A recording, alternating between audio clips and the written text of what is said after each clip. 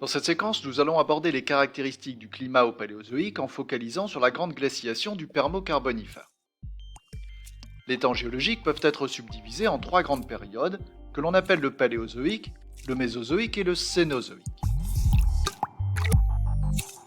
Le Paléozoïque est une période qui s'échelonne entre 540 et 252 millions d'années. On peut la subdiviser en différents étages connus sous les noms de Cambrien, Ordovicien, Silurien, Dévonien, Carbonifère et Permien.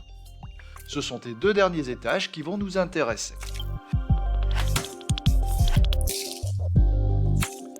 Abordons dans un premier temps les indices paléoclimatiques au Permo-Carbonifère. Le document qui est présenté ici correspond à la cartographie des bassins houillers à l'origine de la formation des charbons ainsi que des tylites, tous deux datés du Carbonifère.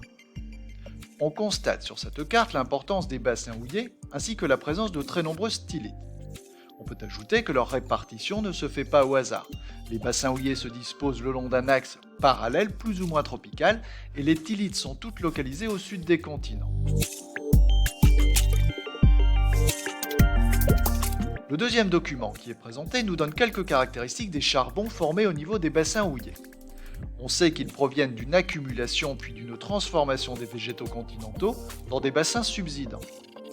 Ils entraînent une fossilisation de la matière organique végétale, correspondant ainsi à un enfouissement durable du dioxyde de carbone, utilisé par les plantes et transformé en matière organique au cours de la photosynthèse.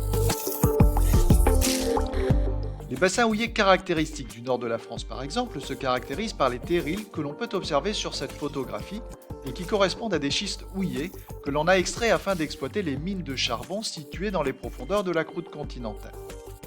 Certains échantillons de schistes houillés portent la marque fossilisée d'empreintes de végétaux ayant subi un enfouissement en profondeur et dont certains se sont transformés en charbon.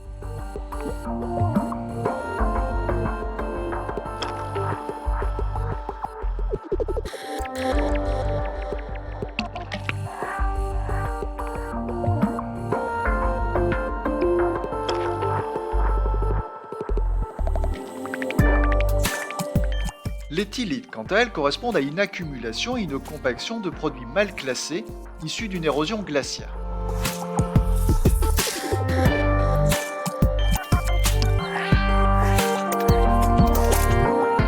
Ces tylites sont aussi fréquemment associés à des roches présentant des stries glaciaires provoquées par l'avancée des glaciers.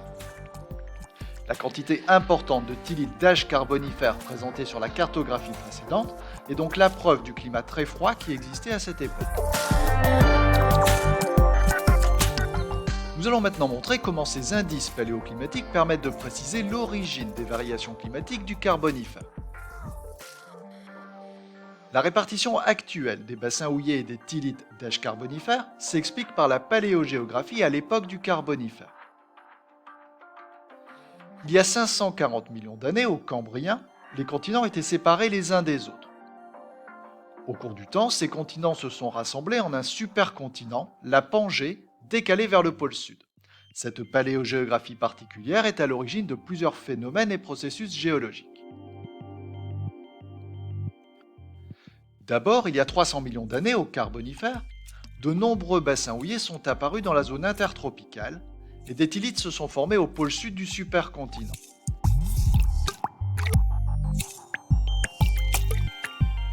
On peut s'intéresser dans un premier temps aux conséquences de la formation des nombreux bassins houillers de la zone intertropicale.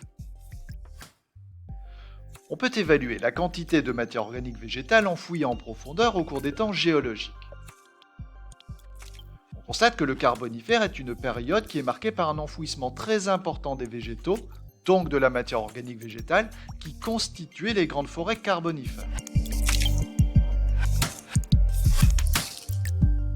Or, on sait que l'enfouissement de la matière organique végétale entraîne une fossilisation du carbone organique produit à partir du CO2 atmosphérique au cours de la photosynthèse. La formation des charbons est donc associée à une diminution durable du taux atmosphérique de CO2 piégé dans les roches, en l'occurrence les charbons. Cela a eu des conséquences sur la diminution de l'effet de serre lié au CO2, ce qui a entraîné une chute importante de la température au Carbonifère et au Permien.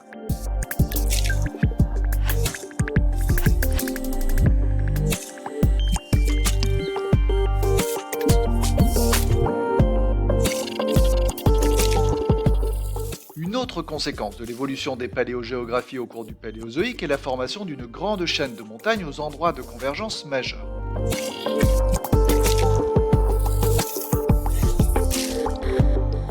Cette chaîne de montagnes, connue sous le nom de chaîne Varisque, formait au Paléozoïque un relief aussi important que la chaîne himalayenne aujourd'hui. Cet orogène s'est formé à partir de l'ouverture puis de la fermeture des espaces océaniques séparant les continents Gondwana au sud et l'Eurussia au nord.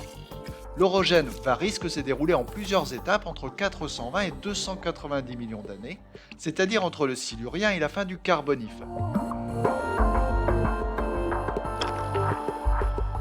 Pour expliquer le refroidissement caractéristique du Permo-Carbonifère, il faut mettre en relation les épisodes orogénétiques de formation de cette chaîne de montagnes avec les processus d'altération et d'érosion qui les accompagnent. En effet, les minéraux silicatés constitutifs des roches vont subir des processus d'altération chimique et d'hydrolyse. On peut constater dans les équations qui sont présentées ici que l'altération chimique et l'hydrolyse des minéraux consomment du dioxyde de carbone atmosphérique.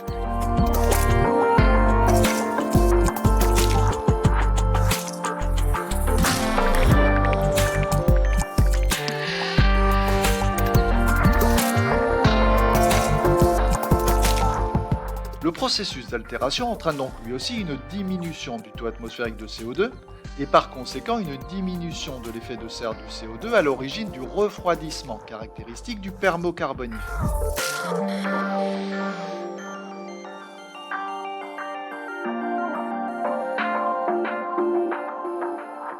Résumons l'enchaînement des événements géologiques qui ont conduit à la grande glaciation du Permo-Carbonifère. Cette période se caractérise par la formation d'un supercontinent au pôle sud, ce qui constitue une paléogéographie particulière à l'origine du climat caractéristique du Permo-Carbonifère. Il y a formation d'une chaîne de montagnes avec altération chimique consommatrice de CO2, formation de combustibles fossiles associés à un piégeage du CO2, ces deux processus entraînant une diminution du taux atmosphérique de CO2 à l'origine d'une baisse de l'effet de serre, donc de la température. Tout ceci entraîne la grande glaciation du Permo-Carbonifère.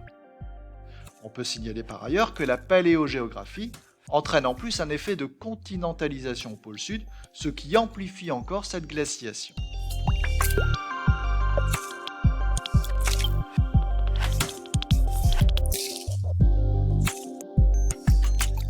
Pour terminer cette séquence, on peut dire que le climat observé au Permo-Carbonifère est la conséquence d'une modification importante du cycle du carbone, c'est-à-dire une modification majeure des transferts de carbone entre réservoirs.